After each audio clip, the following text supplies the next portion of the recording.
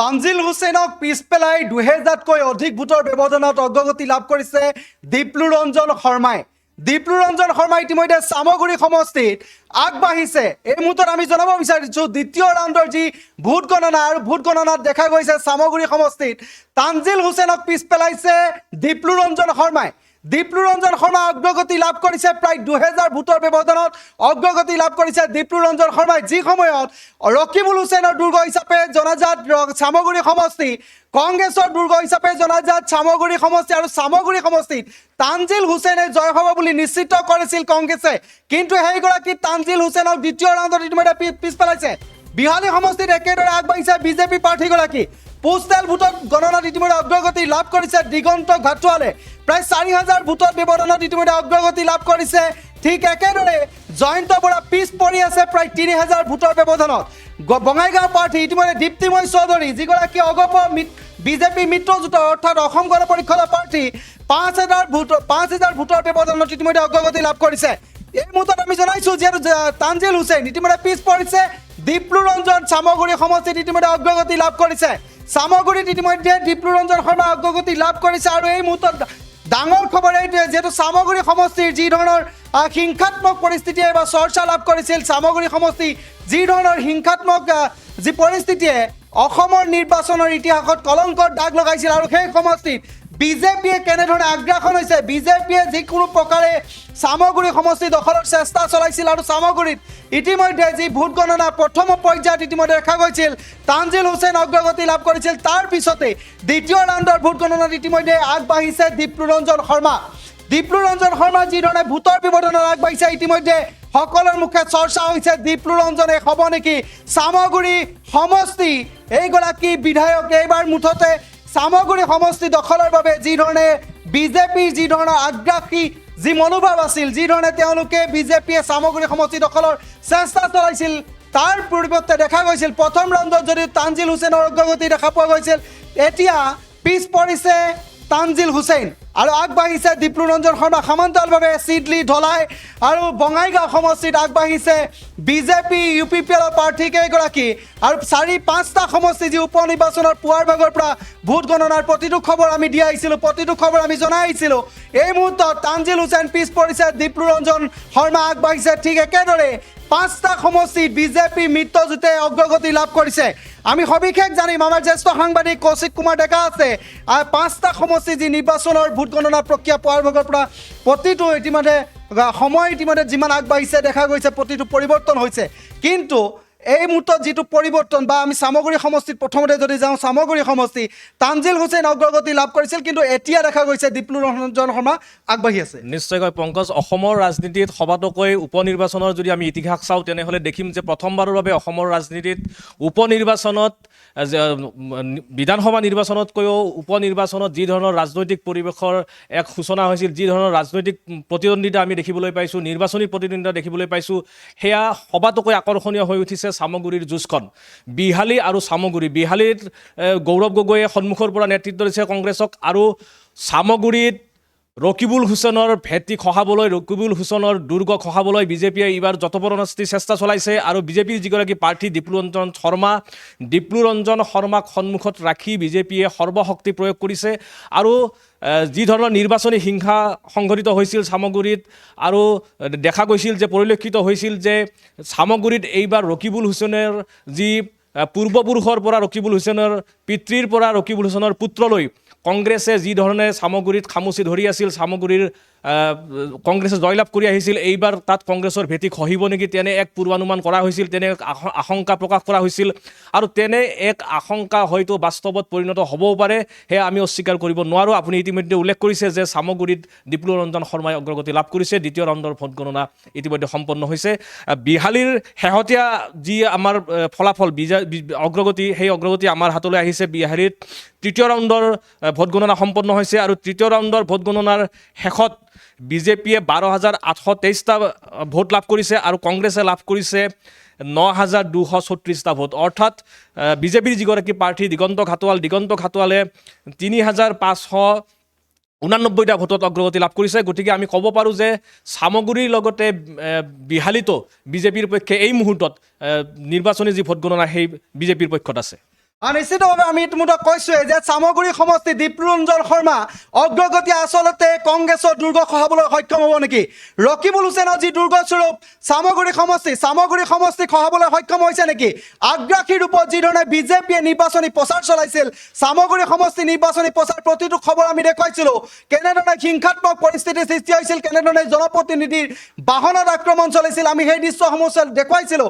তাৰ বিপৰীতে চামগুৰি সমষ্টি যে ৰকিবুল হুছেইনৰ দখলত থকা যি চামগুৰি সমষ্টিতে ৰকিবুলৰ পুত্ৰ তানজিল হুছেইনে জয় নিশ্চিত বুলি কালিৰ দিনটোতো যদি কওঁ সাংসদ গৌৰৱ গগৈ কৈছিল, ঠিক একেদৰে বিহালী সমষ্টিত জয়ন্ত বৰা যিগৰাকী কংগ্ৰেছৰ প্ৰাৰ্থী আছিল, জয়ন্ত বৰা জয় নিশ্চিত কৰিছিল গৌৰৱ গগৈ। কিন্তু দ্বিতীয় তৃতীয় ৰাউণ্ডত যে দেখা গৈছে যিধৰণে অগ্ৰগতি ইতিমধ্যে বিজেপি 5টা সমষ্টিতে বিজেপি মিত্ৰজোঁট প্ৰাৰ্থী অগ্ৰগতি লাভ কৰিছে, সৰ্বাধিক অগ্ৰগতি লাভ কৰিছে অসম গণ পৰিষদৰ প্ৰাৰ্থী দীপ্তিময় চৌধুৰী প্ৰায় 9,000 ভোটৰ ব্যৱধানত ইতিমধ্যে অগ্ৰগতি লাভ কৰি আছে। ঠিক একেদৰে দেখা গৈছে যে চিডলি সমষ্টিত UPPL যিগৰাকী প্ৰাৰ্থী নিৰ্মল কুমাৰ ব্ৰহ্ম ইতিমধ্যে অগ্ৰগতি লাভ কৰিছে প্ৰায় 5,000 ভোটৰ ব্যৱধানত। ঠিক একেদৰে আমি বিহালী সমষ্টিত যদি যাওঁ, বিহালী সমষ্টিত যিগৰাকী বিজেপি প্ৰাৰ্থী যিগৰাকী দিগন্ত ঘাটোৱালে প্ৰায় 4,000 ভোটৰ ব্যৱধানত ইতিমধ্যে অগ্ৰগতি লাভ কৰিবলৈ সক্ষম হৈছে। এনেধৰণে ইতিমধ্যে প্ৰতিটো মুহূৰ্তত ইতিমধ্যে সলনি হৈছে, যিটো ভোট গণনাৰ আমি দেখুৱাইছোঁ যে প্ৰতিটো ৰাউণ্ডৰ যি ভোট গণনা ফলাফল ইতিমধ্যে ক্ৰমান্বয়ে অগ্ৰগতি কোন কেনেধৰণে আগবাঢ়িছে আমি খবৰ দি আহিছিলোঁ। এই মুহূৰ্তত তানজিল হুছেইন ইতিমধ্যে পিছ পৰিছে চামগুৰি সমষ্টিত যিধৰণে দীপ্লুৰঞ্জন শৰ্মাই কৈছিল যে চামগুৰি এইবাৰ বিজেপি দখললৈ আহিব, আৰু সেয়াই সঁচাকৈ কথা হ'ব নেকি, বা এইবাৰ সংখ্যালঘু যি ভোটাৰে নিৰ্ণায়ক ভূমিকা গ্ৰহণ কৰিব পৰা চামগুৰি সমষ্টি, আৰু এই চামগুৰি সমষ্টিত সংখ্যালঘু ভোটাৰে এইবাৰ বিজেপি পক্ষতে ভোট দিলে নেকি, তাক লৈ ইতিমধ্যে চৰ্চা চলিছে। তানজিল হুছেইনৰ হাতৰ পৰা এইবাৰ ৰকিবুলৰ দুৰ্গ খহিব, তানজিল হুছেইনৰ হাতৰ পৰা হেৰাব যিহেতু বিজেপি দীপ্লুৰঞ্জন শৰ্মাই যিধৰণে অগ্ৰগতি লাভ কৰিছে, তালৈ লক্ষ্য কৰিলে চামগুৰি সমষ্টি এবাৰ হেৰুৱাব নেকি, তাক লৈ ইতিমধ্যে চৰ্চা আৰম্ভ হৈছে। যিহেতু দ্বিতীয় আৰু তৃতীয় ৰাউণ্ডৰ যি ভোট গণনাৰ আমি সবিশেষ দেখুৱাইছোঁ, কেনেধৰণে অগ্ৰগতি লাভ কৰিছে 5টা সমষ্টিৰ যি উপ নিৰ্বাচনৰ ভোট গণনা পুৱাৰ ভাগৰ পৰা কেনেধৰণে পোষ্টেল বেলটত বিজেপি মিত্ৰজোঁটে কেনেধৰণে অগ্ৰগতি লাভ কৰিছে ইতিমধ্যে আমি প্ৰতিটো খবৰ দেখুৱাইছোঁ। ঠিক একেদৰে ধলাই সমষ্টিত বিজেপি প্ৰাৰ্থীগৰাকী নিহাৰঞ্জন দাস ইতিমধ্যে আগবাঢ়ি আছে। ঠিক একেদৰে চিডলি সমষ্টিত UPPL প্ৰাৰ্থীগৰাকী আগবাঢ়িছে। বঙাইগাঁৱত দেখুৱাইছোঁ অসম গণ পৰিষদৰ প্ৰাৰ্থীগৰাকী প্ৰায় 9,000 ভোটৰ ব্যৱধানত ইতিমধ্যে যি অগ্ৰগতি সেয়া লাভ কৰি আছে। আমি কিছু আৰু খবৰ জানিবলৈ চেষ্টা কৰিম। নিৰ্বাচনৰ ইতিহাস কিবা কলংকিত কৰাৰ দেখা গৈছিলে যে চামগুৰি সমষ্টিৰ যি নিৰ্বাচনী ইতিহাস কলংকিত কৰি হিংসাত্মক পৰিস্থিতিৰ সৃষ্টি হৈছিল। ঠিক একেদৰে আমি বিহালী সমষ্টিলৈ যাওঁ, কিছু কথা পাতিম। বিহালী সমষ্টি জয়ন্ত বৰাক যিহেতু কংগ্ৰেছে অসম সন্মিলিত মৰ্চাই CPIMLক এৰি দিয়া কথা কৈছিল, সেই আসনখন কিন্তু গৌৰৱ গগৈ সমৰ্থিত প্ৰাৰ্থী আছিল জয়ন্ত বৰা, আৰু জয়ন্ত বৰাক প্ৰাৰ্থিত্ব দিয়াক লৈ অসম সন্মিলিত মৰ্চাটো ফাট মেলিছিল। আৰু কালিৰ দিনটোত অখিল গগৈয়ে কৈছে কংগ্ৰেছে বিশ্বাসঘাতকতা কৰিছিল তাৰ ফল পাব এই উপ নিৰ্বাচনত। নিশ্চয়কৈ আমি দেখিছিলোঁ যে উপ নিৰ্বাচনৰ প্ৰাৰ্থী ঘোষণা কৰাক লৈ প্ৰাৰ্থী বাছনিক লৈ অসম সন্মিলিত মৰ্চাত সংঘাত হৈছিল, আৰু এক প্ৰকাৰ অসম সন্মিলিত মৰ্চা ভংগ হোৱা বুলি আমি ক'ব পাৰোঁ, কিয়নো ভূপেন বৰাই পদত্যাগ কৰাৰ লগে লগে সভাপতি আছিল অসম সন্মিলিত মৰ্চাৰ ভূপেন বৰা সভাপতি আছিল, আৰু ভূপেন বৰাই পদত্যাগ কৰাৰ লগে অসম সন্মিলিত মৰ্চাৰ অস্তিত্ব বিপন্ন হৈ পৰিছিল। যদিও বা কংগ্ৰেছক বাদ দি পৰৱৰ্তী সময়ত পুনৰ বাকীকেইটা বিৰোধী ৰাজনৈতিক দলে অসম সন্মিলিত মৰ্চা আগুৱাই নিয়াৰ কথা ঘোষণা কৰিছিল। আৰু একে সময়তে যদি আমি পংকজ দেখা পাওঁ যে যিগৰাকী প্ৰাৰ্থী অসম সন্মিলিত মৰ্চাই কংগ্ৰেছৰ প্ৰাৰ্থী জয়ন্ত বৰা কংগ্ৰেছে প্ৰাৰ্থিত্ব প্ৰদান কৰাৰ পাছতো অসম সন্মিলিত মৰ্চাই এগৰাকী প্ৰাৰ্থী ঘোষণা কৰিছিল, আৰু সেইগৰাকী প্ৰাৰ্থী আছিল চাহ জনগোষ্ঠীয় এগৰাকী বাও দলৰ নেতা। কিন্তু এতিয়ালৈকে যি ভোটৰ আমি তৃতীয় পৰ্যায়ৰ ভোটৰ যি আমি ভোট গণনাৰ যি ফলাফল আমি পাইছোঁ, আমি এটা অনুমান কৰিব পাৰোঁ যে আমি অনুভৱ কৰিব পাৰোঁ বা ইতিমধ্যে অসমৰ ৰাইজে গম পাইছে যে অসম সন্মিলিত মৰ্চাৰ যিগৰাকী প্ৰাৰ্থী আছিল সেইগৰাকী প্ৰাৰ্থীয়ে বিহালীত কোনো প্ৰভাৱ পেলাবলৈ সক্ষম হোৱা নাই।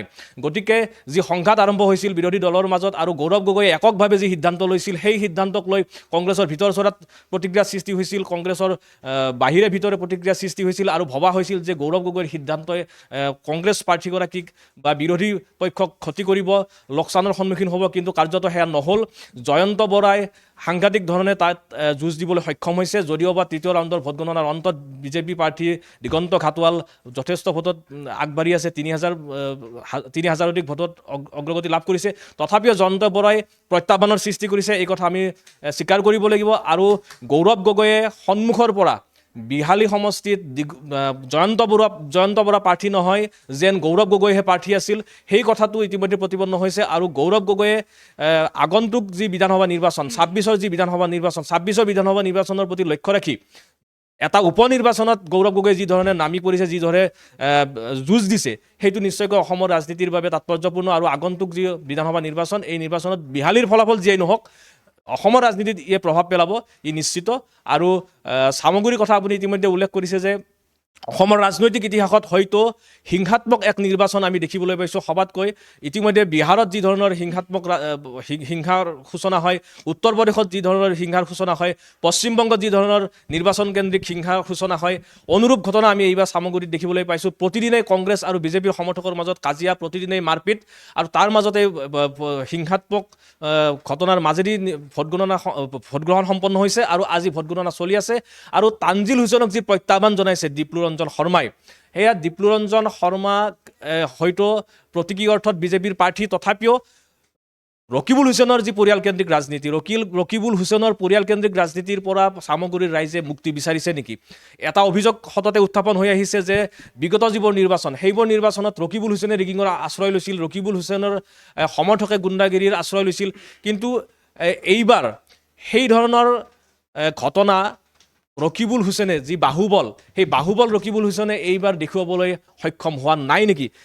এইবোৰ বিষয় ইতিমধ্যে চৰ্চা হৈছে সংবাদ মাধ্যমত, চামগুৰিৰ ৰাইজৰ মাজত চৰ্চা হৈছে। গতিকে বিহালী আৰু চামগুৰি এই দুয়োটা সমষ্টিৰ উপ নিৰ্বাচনৰ ভোটগণনা আৰু ফলাফল অসমৰ ৰাজনীতিত যথেষ্ট তাৎপৰ্য বহন কৰিছে। নিশ্চিতভাৱে চাওক, অসমৰ লগতে আন কেইবাখনো ৰাজ্য, কেইবাটাও সমষ্টিত উপ নিৰ্বাচন অনুষ্ঠিত হৈছে। ৱাইনাডত ইতিমধ্যে ৱাইনাডৰ দৃষ্টি আকৰ্ষণ কৰিবলৈ সক্ষম হৈছে প্ৰিয়ংকা গান্ধীয়ে।